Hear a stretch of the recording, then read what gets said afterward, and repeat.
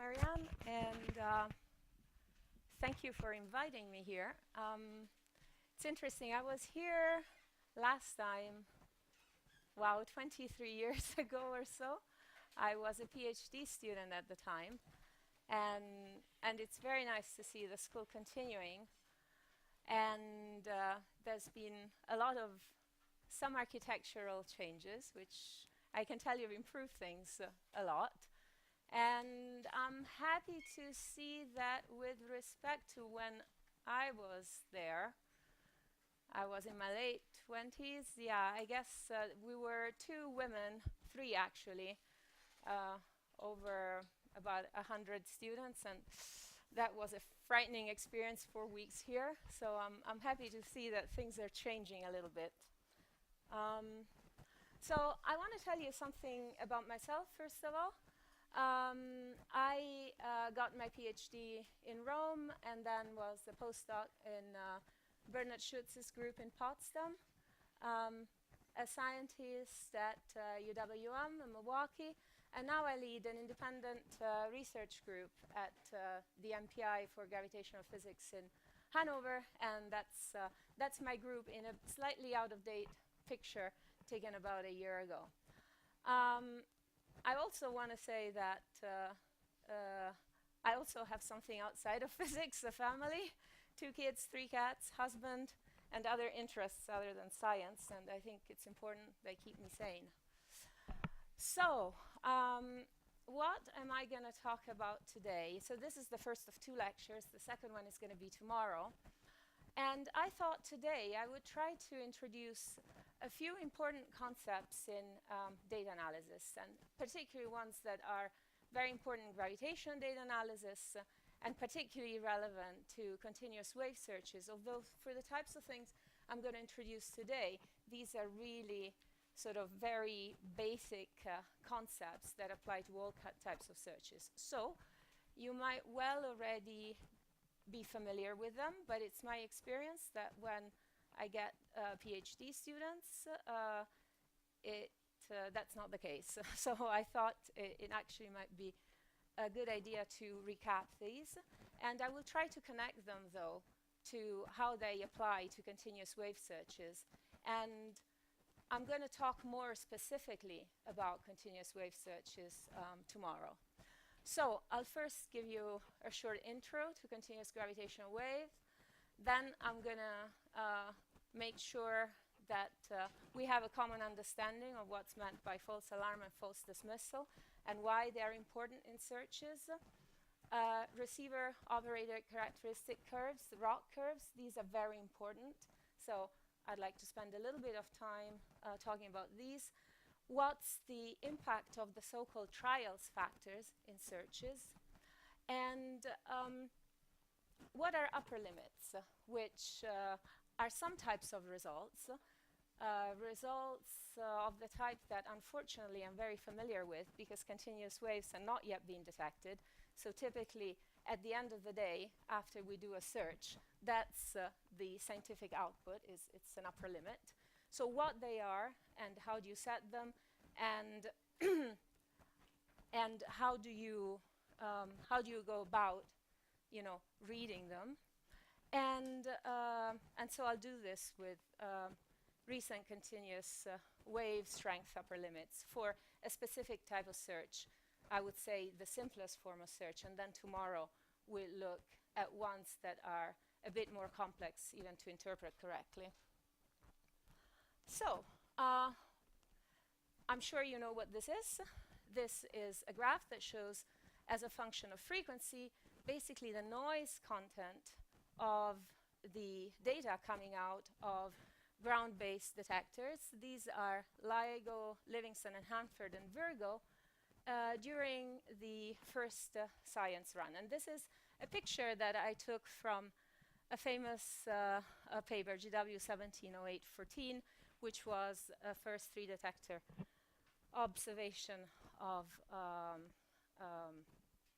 a compact binary in spiral. And the only reason why I bring this up is that if you look at the numbers, at the actual values in this frequency scale, you can see they go from a few tens of a hertz to a kilohertz, which means roughly the time scales for the type of emission mechanisms that are going to generate signals that have significant energy content in these frequency regions are basically the timescales of milliseconds to seconds. And objects that have these timescales are going to be compact objects with very high accelerations. So this brings us to the typical 4 categories of signals that are targeted when we do gravitational wave searches. And I believe you've already had lectures basically in 3 of these 4, in spiraling compact objects, bursts typically from catastrophic events, not very easy to model, and stochastic background of gravitational radiation. And what I'm going to be talking about are these, the sort of really weak and continuous signals. Now, this was 12th of February 2016 at the press conference in Washington, D.C., where David Reitze, the LIGO lab director, made the announcement that gravitational waves had been detected for the first time. And there were representatives there of the LIGO team. It was an incredibly exciting moment. And this, as you know very well, I'm sure you've heard a lot about it, was the last moments of life of 2 between 30 and 40 mass black holes that were in spiraling. And the signal that LIGO caught lasted a fraction of a second. These are the time frequency plot. This is time, this is frequency, and what you see color-coded here is the energy content in the data. And so these are two signals, and you can see hence that the signals that were picked up really lasted a fraction of a second. And so I wanted to spend a minute talking about this because the types of signals that I'm going to talk about are at the other end of the spectrum. They're the pure tones, so really continuous. They're on all the time, that come from possibly rotating compact objects, for example, rotating neutron stars. And unlike these incredible bursts of gravitational wave and energy that gets emitted in a fraction of a second, these are orders of magnitude lower signals that are just on all the time. So it's a rather different world. So the objects that emit them, we know their existence because we actually know about 2,000 neutron stars that we see through observation of their radio emission. These are objects that have beamed emission, and when the Earth can capture as the object rotates this beam, you get a regular pulse. It's collapsing. Okay, let me see if I can.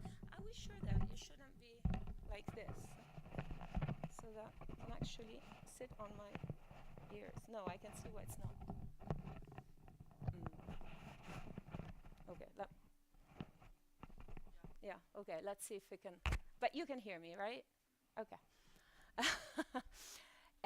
So I was saying, when our radio telescope can intercept this beam as the object rotates, it captures a pulse. And it captures this pulse periodically. And this is why they're called pulsars. These are extreme objects with really very high densities and inferred possibly very high magnetic fields. And the point is that they should perhaps also emit continuous gravitational waves. Now, they were first discovered by, in fact, a student during her PhD thesis in the far 1967. And little green men, this is actually, you know, when they established that the origin of these pulses was really astrophysical because it was governed by sidereal time. One of the possible hypotheses was perhaps a coherent signal emitted from some alien civilization. Eventually, when the same emission was recorded in other positions in the sky, it became the little green man hypothesis got discarded, and people identified this as a rapidly rotating neutron star. There had been previous conjectures that such an object would exist, and this provided the observational foundations for to verify the original hypothesis, which I think actually was made by Pacini. So anyways, these are our basic objects. Why could they emit gravitational waves? Now, you all know that if the object is completely spherical, if it rotates, it's not going to emit any gravitational waves. So it's going to emit something if it's not perfectly axisymmetric. Either its actual shape is not axisymmetric, or there are some non-axisymmetric motions, variations of density of the mass inside the objects that generate a varying quadruple moment. So crustal deformations or internal deformations of the objects could be due to magnetic fields, could be due simply to the fact that why should we expect an object that it's most likely formed in an extremely catastrophic event, the collapse from a supernova explosion, to be completely perfectly symmetric? I mean, it will be non-symmetric to some, one part in, what, 10 to the minus 14, 10 to the minus 7, 10 to the minus 3? And the thing is that we don't know. We really don't know, even orders of magnitude ignorant in how non-spherically symmetric these objects could be.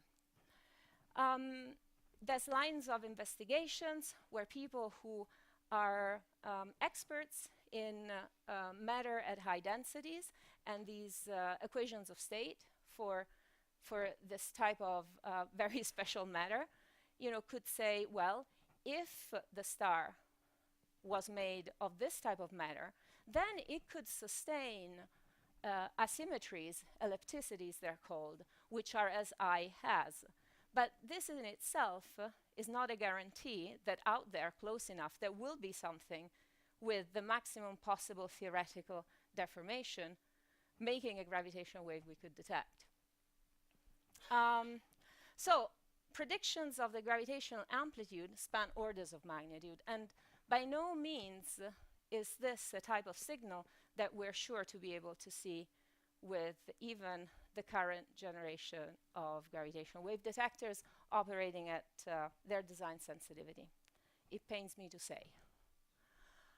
Let me concentrate on one specific emission mechanism that's it can function as a reference, and it's relatively simple.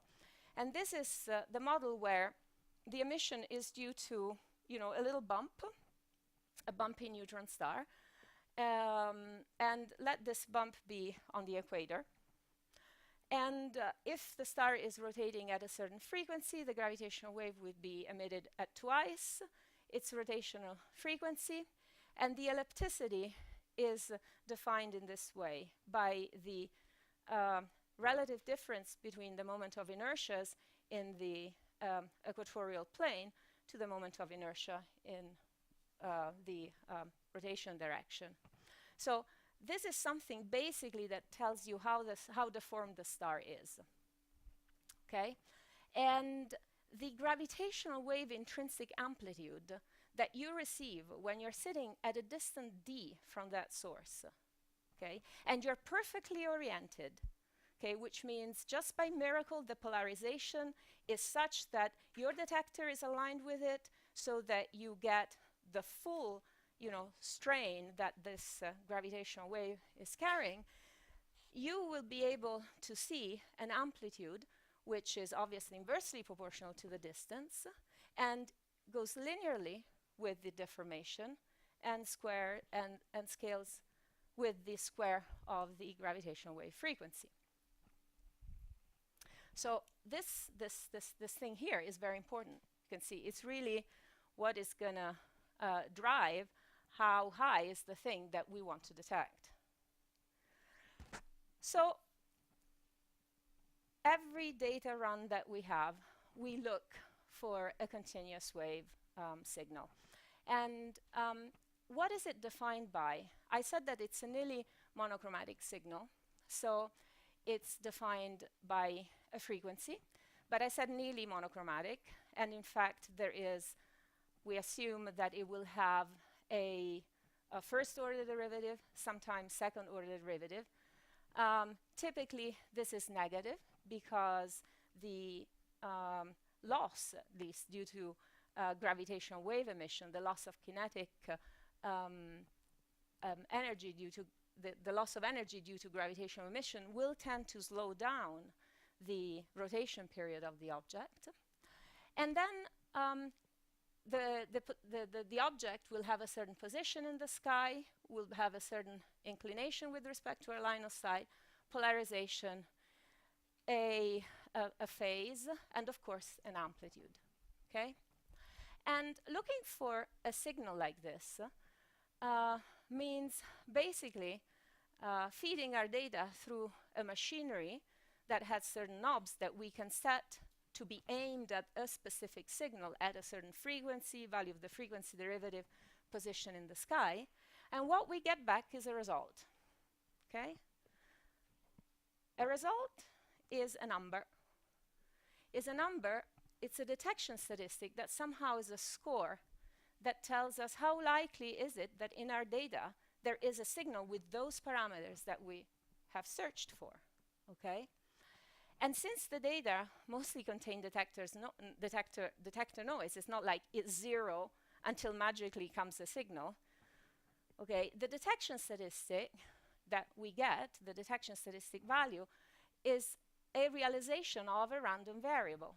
Okay, and based on the value of that random variable, we have to decide whether we've made a detection, the data is consistent with a signal or not. So let's take the simplest coherent search that we could do to look for a continuous gravitational wave signal. And we have one sky position and one frequency and spin down where we believe that in fact we want to test is there a signal with these parameters in our data. We operate our black box, and I'm going to talk more about what's inside that black box tomorrow. And the output, if what we feed it were Gaussian noise, the detection statistic is a chi-squared variable with 4 degrees of freedom. And a non-centrality parameter that is 0 when there is only noise and might be non-zero when there is a signal. So in this case, I plotted for you the distribution that we expect in the case of only noise. So what we get out of one of our searches is a value of this variable. And the question for us would be, does it come from this distribution, which is the distribution of the noise, where the non-centrality parameter is 0?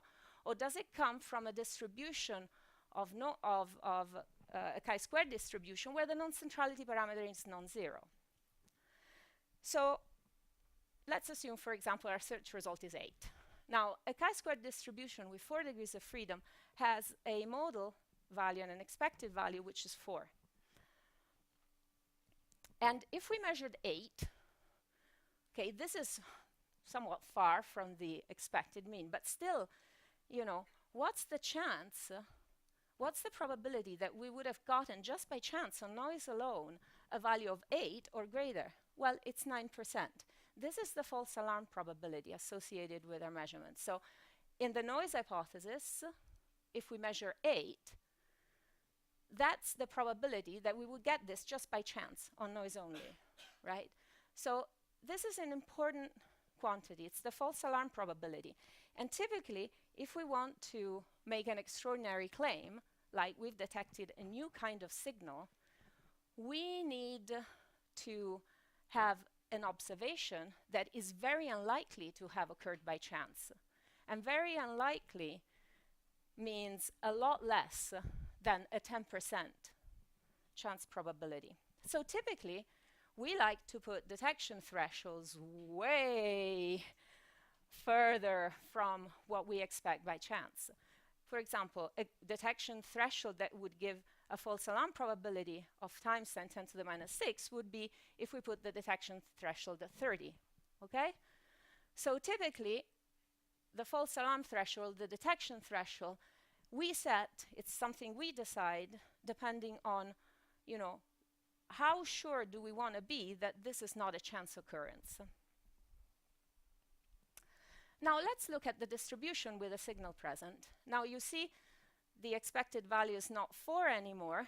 In fact, it's, this is about 32, it was 28 here. This was the non-centrality parameter. And with a detection threshold at 30, did I have a signal of this amplitude in the data? I could ask myself, what is the likelihood that I would falsely dismiss it? Okay, so my detection threshold here is still at 30 because this is what I decided here. And now I'm going to ask myself, how strong does a signal need to be so that I am sure that I would not falsely dismiss it? Well, a signal with a non-centrality parameter at about 28 has a false dismissal probability of about 24%. This is the area to the left of my detection threshold measured on the probability density distribution in the case of a signal. So this depends on the amplitude of a signal. Okay? Something like this, where this is a much stronger, much stronger signal, you see, this has a non-centrality parameter of around 96. This now, if I integrate this probability density function to the left of this, this is 10 to the minus 6. So this is a signal that I would, strong enough that I could confidently detect it with this threshold, okay? So the false dismissal here is very low, 10 to the minus 6. So this is an example of a clear detection. This is my threshold. My detection threshold has a very high rejection rate of false alarms. And if I'm lucky enough that this is what I believe my signal distribution is going to be, I'm in business, okay? Easy. This is an example of a weak detection because I actually, if this is my signal distribution, I have a false dismissal rate of 24%. And this, I could say, well, you know, let me move this detection threshold down. This way, I won't dismiss so many of my signals. Well, I can do that, but if I do that, and now I have a false dismissal of about, you know, 1 per 1,000 here, now I'm increasing my false alarm rate at 20%. So this, yes, I would detect it together with 20% false alarms. Which one is going to be my signal and which ones are just noise, random fluctuations? So all this was to say that false alarm and false dismissal properties are very important. And you know, you can have for any detection statistic, so any machinery that you build to detect a signal, at the end of the day, you're going to have a certain false alarm once you set a threshold, and for any signal of any amplitude, you can have an associated false dismissal for the same threshold. And we don't really care about the values here of the detection probability. What we really care is what the value of the false dismissal is given a value of the false alarm rate, okay? And these are the Roc curves. These are exactly the curves that characterize, at fixed signal strength, the performance of different detection statistics. So here you have the false alarm rate. Sometimes you'll hear it called false positive rate, mostly in medicine really, not usually in physics. or true positive rate, which is the detection probability, which is just the complementary of the false dismissal. Okay?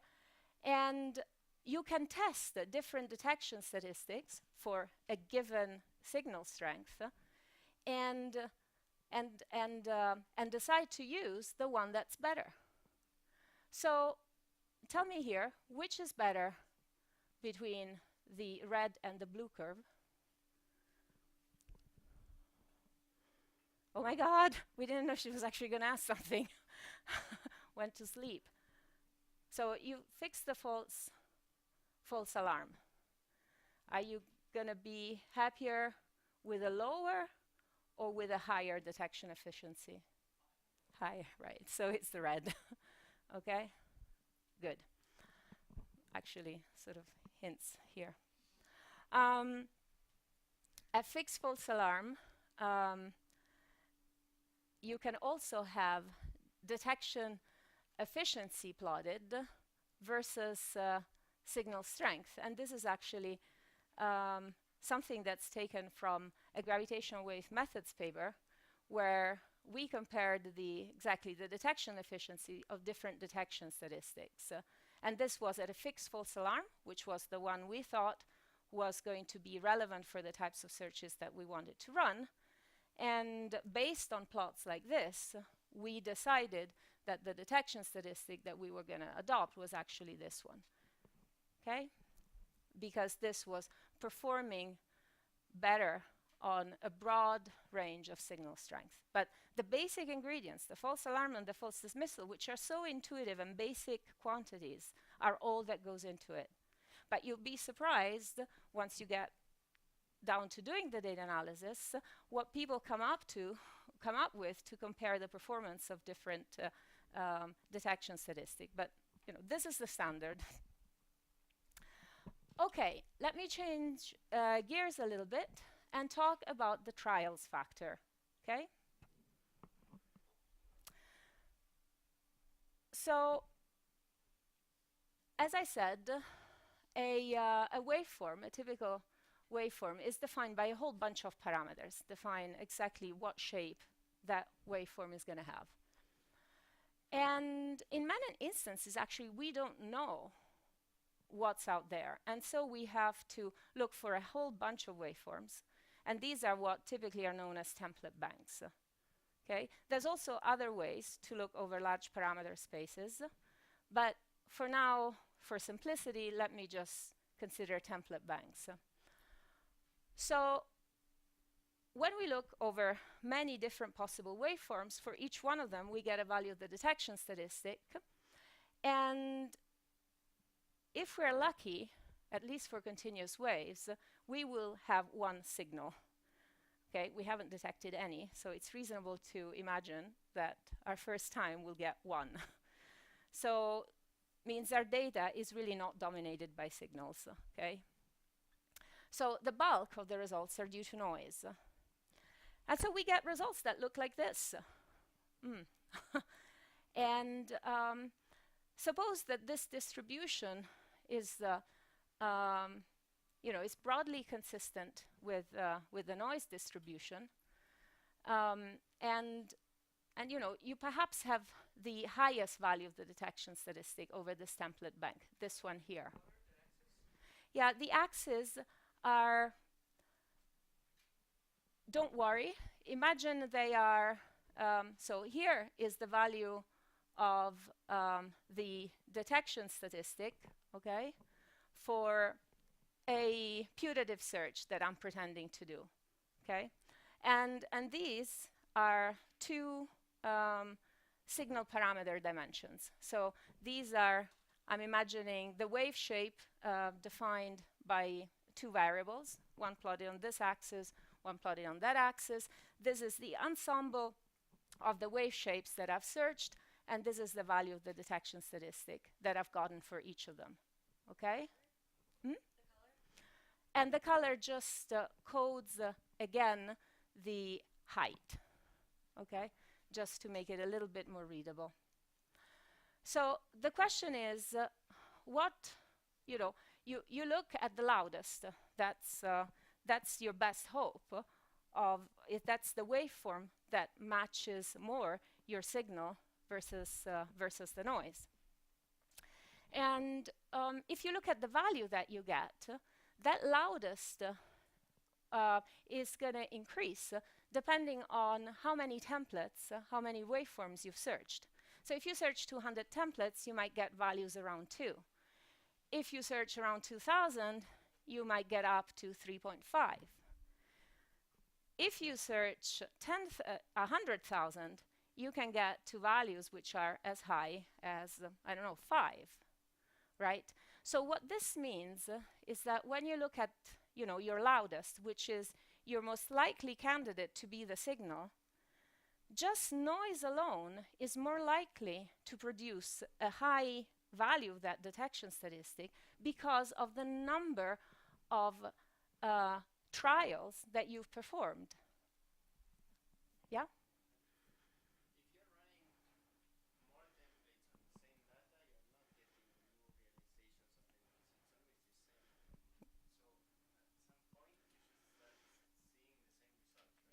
Well, it depends what really it means to run, different templates on the same data.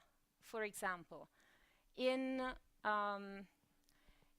a continuous wave search, I could be looking at different frequencies, right?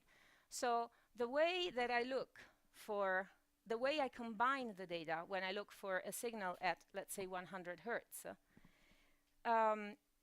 I'm going to combine in a Fourier domain of my original data actually different data bins if I'm going to look at a signal coming from 100 hertz than for a signal looking at 1,000 hertz. I'm literally using different data in practice. Okay, this is an extreme example because I put the frequencies very far away. Of course, you could say, but surely you're not just going to look at frequencies that are so far away. You might at some point start asking, is there a signal at 100.001 hertz and 100.002 hertz?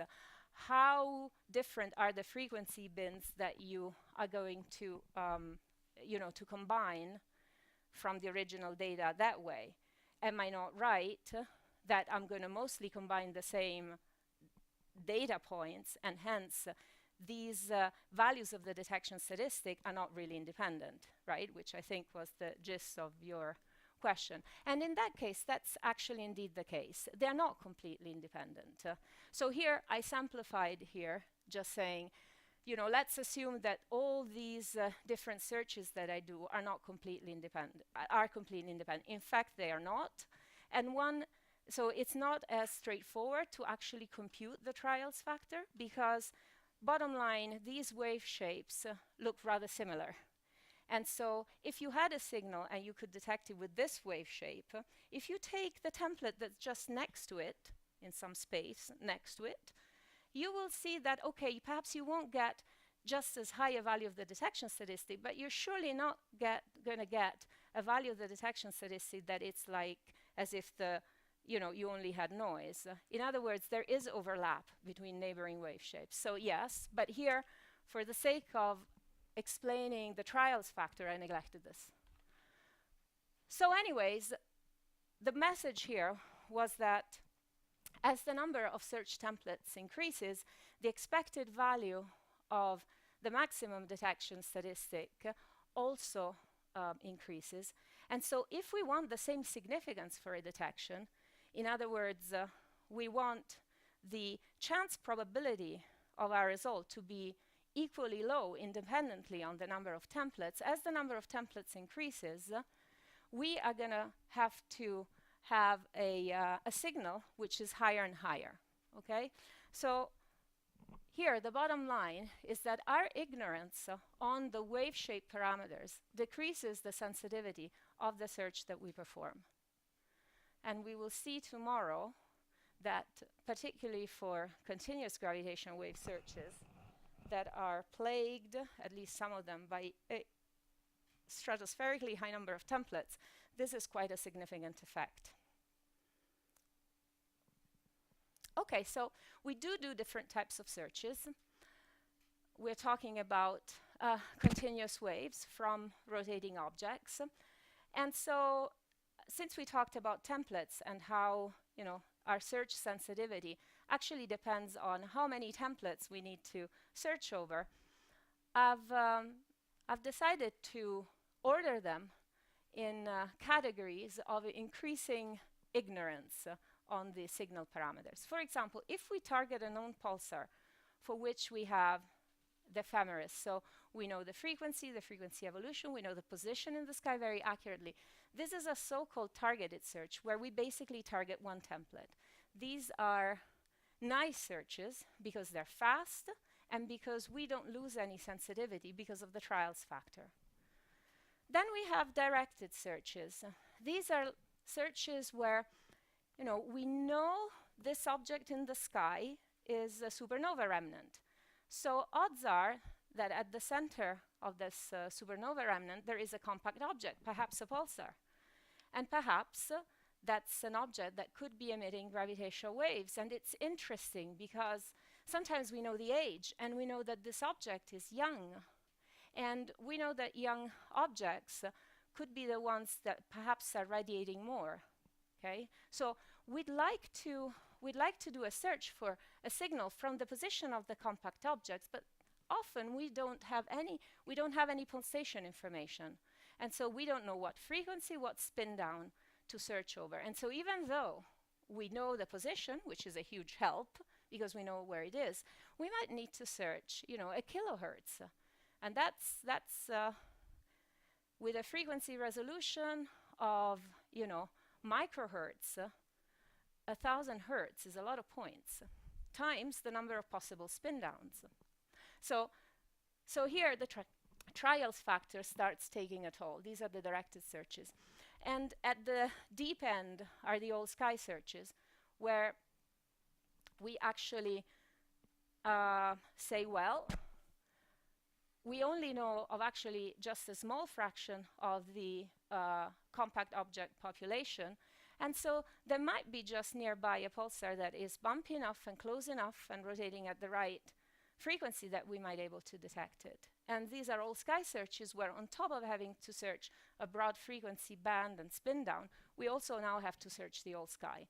And these are the really challenging ones. I'm going to talk more about these tomorrow. But to give you an idea, sort of the, classification, perhaps. And so if this is the search sensitivity on this axis, and this is an axis where I have a measure of how well I know the shape parameters, you will see that, there's a decreasing sensitivity basically through the trials factor, going from the targeted searches, directed searches, all sky isolated searches, and things get just worse if my object, instead of being an isolated pulsar rotating by itself, it's actually got a companion. So it's in a binary. And why is that? Well, because it's going to move around its companion. And now I've got other unknowns, which are the orbital parameters. And it's certainly bad enough when it's already bad enough when the object, at least I know where it is, like for example Scorpio XX1, it gets definitely terrible when here I am trying to do an all sky search for binaries. Okay, so here these should be targeted, not all sky directed. These are the targeted ones. And in fact, we don't actually really know how to do this right now. So whereas we routinely do all of these searches, we can't do them with a sensitivity that's decent enough to justify the amount of computational resources and effort that would go into doing one of these. So, the new generation is coming up, and I hope you guys can help us figure that out. So I'm going to close here, as I promised, now talking a bit about upper limits. So, well, this should be sort of preparing more specific material about continuous wave searches tomorrow. As I said before, since the very first operation of LIGO and Virgo, we have been carrying out all these different types of continuous wave searches, and we haven't yet detected anything. So can these results actually be informative in some way? And this is the idea of the upper limit. Yes, because they can tell us about categories of objects, parameters that we can exclude. And the basic idea is that when we carry out a search, we know what we're sensitive to. And so if we don't say anything, we can exclude the presence out there, up to at least a certain distance, of objects that we know that we would have been sensitive to, just based on the fact that we haven't detected anything. So that's the main concept of the upper limit. So one way to set upper limits is based on the, again, the loudest event. We perform a search and we don't see anything significant. And so we say, well, still, even if this wasn't, which is the loudest, and this is the same type of plot I was showing before, this is color-coded, and both on the z-axis, the detection statistic, and here I called it 2f. And these, for example, are sky position values. So this is a pretend data set, result data set. So for every sky position that I tested, certain value of frequency and spin down, I get a value of the detection statistic. None of these values is significant with respect to the expectations in noise, and also not this, which is the highest value. But I'm going to say, well, let me pretend that the loudest is due to a signal and ask, what is the smallest H0 that would have produced such a value? So what is the smallest signal strength over the population that I've looked over that would have produced a value like that? It's not statistically significant enough for me to say that it's a signal, but let me pretend it is. It is a signal. So the gravitational wave amplitude, as I said many times, is one of the factors that determines the strength of the signal as I see it after my analysis. There are other things that determine it. It's the frequency, because depending on the frequency of the signal, I'm going to have to fight with the noise at that frequency. We know that the LIGO detectors, the Virgo detectors, are not equally sensitive at all frequencies. They have their best sensitivity at a spot, which is between 150 and 180 hertz, 200 hertz, depends on the run, on the time. So depending on where that signal is, it will need to be more or less strong to be detected, depending on the frequency. The position in the sky matters, because the antenna patterns of the detectors are not uniform in the sky. There are certain sky positions, typically the ones like overhead, that are where the antenna pattern is gives can capture a higher percentage of the signal. The inclination angle plays a role, the polarization, so the orientation of the detector arms. So when we measure a certain value of 2f and we want to determine the smallest H0 that would have produced it, we have to factor in all the effect of these variables over the population. So we imagine a population of the sources, and at fixed H0, we determine the corresponding distribution for this population of 2f's. And then we find the H0 such that, say, 90% of the population would have produced a value of the detection statistic which is higher than the one that we measured. Okay? So what it means, once we find that value of H0, is that we found the value of H0 such that 90% of the objects in our population of sources would have actually given us a value of 2f larger than the largest that we've seen. So we can exclude with 90% confidence, and this is why I wanted to spell this out clearly. You have to understand what this 90% confidence means, okay? And it's a statement about the fraction of the population that would have given a value that's larger of the detection statistic than the largest that we've measured. And since we haven't measured anything larger, we can exclude with 90% confidence that there was a signal from that specific population. Two times?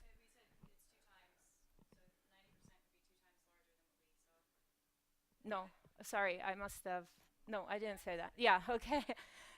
No, I said, so 2F, I'm sorry. This is, I talked about 2F everywhere, just saying this is our detection statistic. And the reason why it's 2F, and I wanted to call it 2F here, because the literature is full of our observational papers where we talk about using the, this is warning myself that I have a certain amount of minutes left and not more. So I was saying, the detection statistic that we use, it's in the literature called 2F. It's a so-called F statistic. And why is it 2F? Because if you compute 2F, that's the chi-square distribution with 4 degrees of freedom. Okay. So this is the meaning of the 90%. Yeah.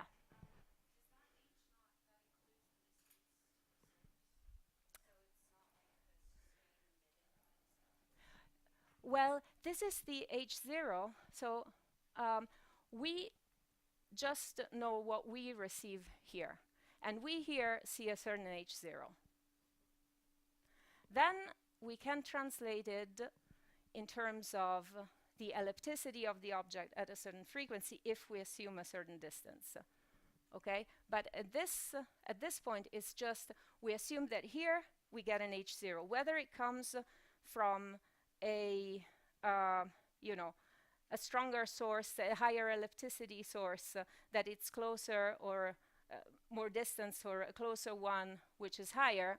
At this point, it's not important. We're just connecting the H0 to our highest, to a confidence level for our highest event detected.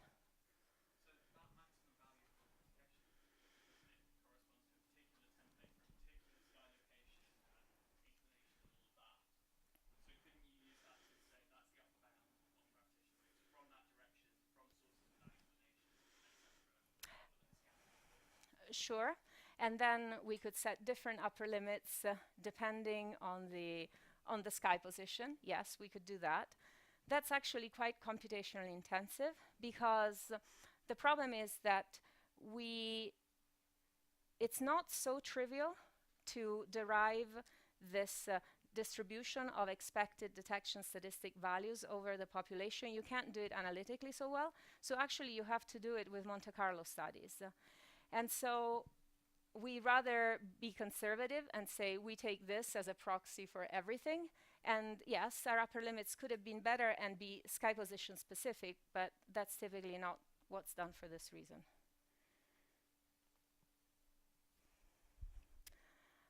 Okay, there's other ways to set upper limits. And what I described before is the frequentist approach. If you like to do Bayesian statistics, then typically what you do is you try and compute posterior probabilities on signal parameters, for example, the amplitude given the data.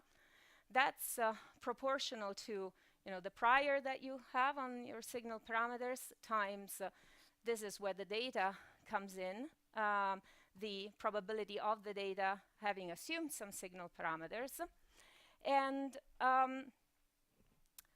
if we want the posterior on the amplitude of the object, of the amplitude of the signal given the data, as I was saying before, well, this depends actually on a whole bunch of parameters that we can that we don't know, and so we just integrate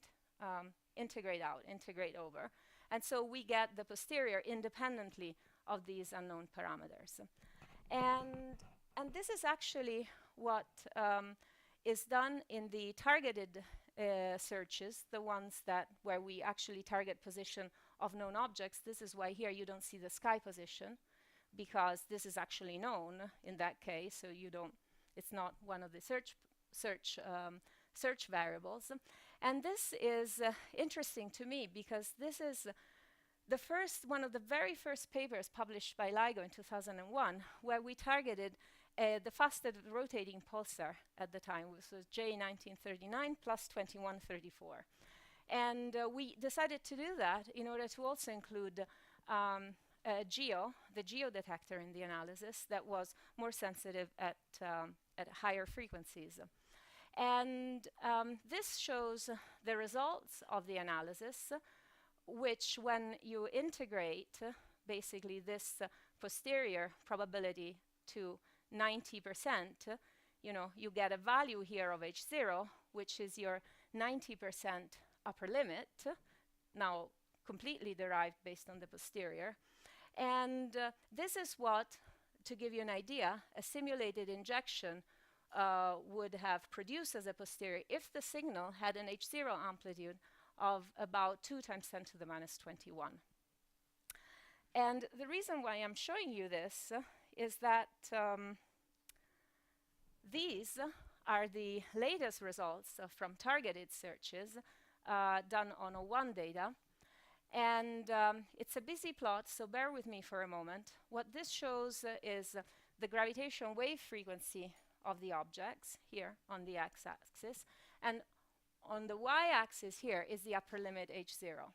And so you see that the bulk of these points, which are actually, these are the stars that you have to look at. So these are the results from the O1 search, which targeted about 200 known pulsars, are now in the range between 10 to the minus 24 and even as low as 2 times 10 to the minus 26.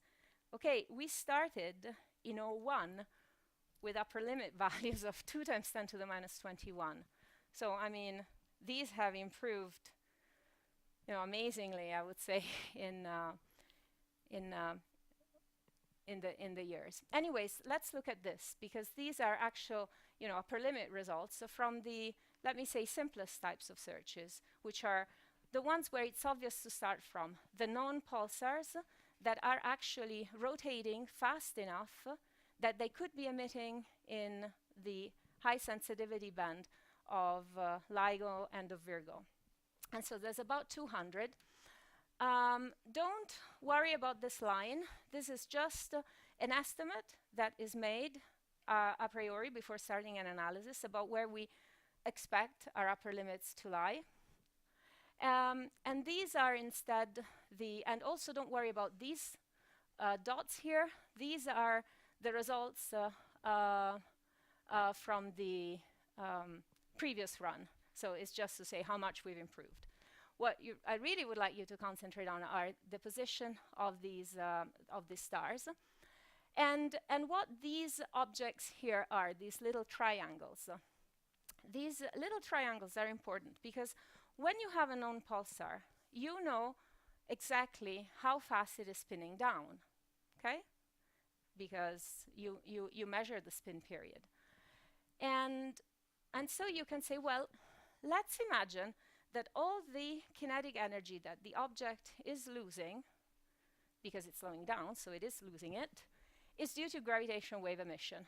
That's a very generous scenario, because we know that actually the rotational energy of the object powers, the nebula, these pulsars. So this is definitely, for most objects, unrealistic. But it then can help us because you say, well, let's even forget about this, and let's imagine that it all magically goes into gravitational waves. So the most optimistic scenario for us, where would the H0 value be in that case?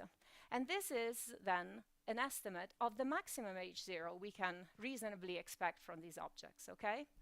So when these triangles here that represent exactly this, which is called the indirect spin-down limit, are below what we expect to be our sensitivity, which is this line, we know that it's very unlikely that we'll make a detection, okay? Because there is just not enough energy there for us to produce a signal that we could detect.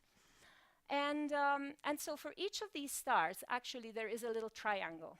And in most cases, unfortunately, the triangle is below the star. But in a few cases, that are these ones, the ones where the star is actually inside a circle.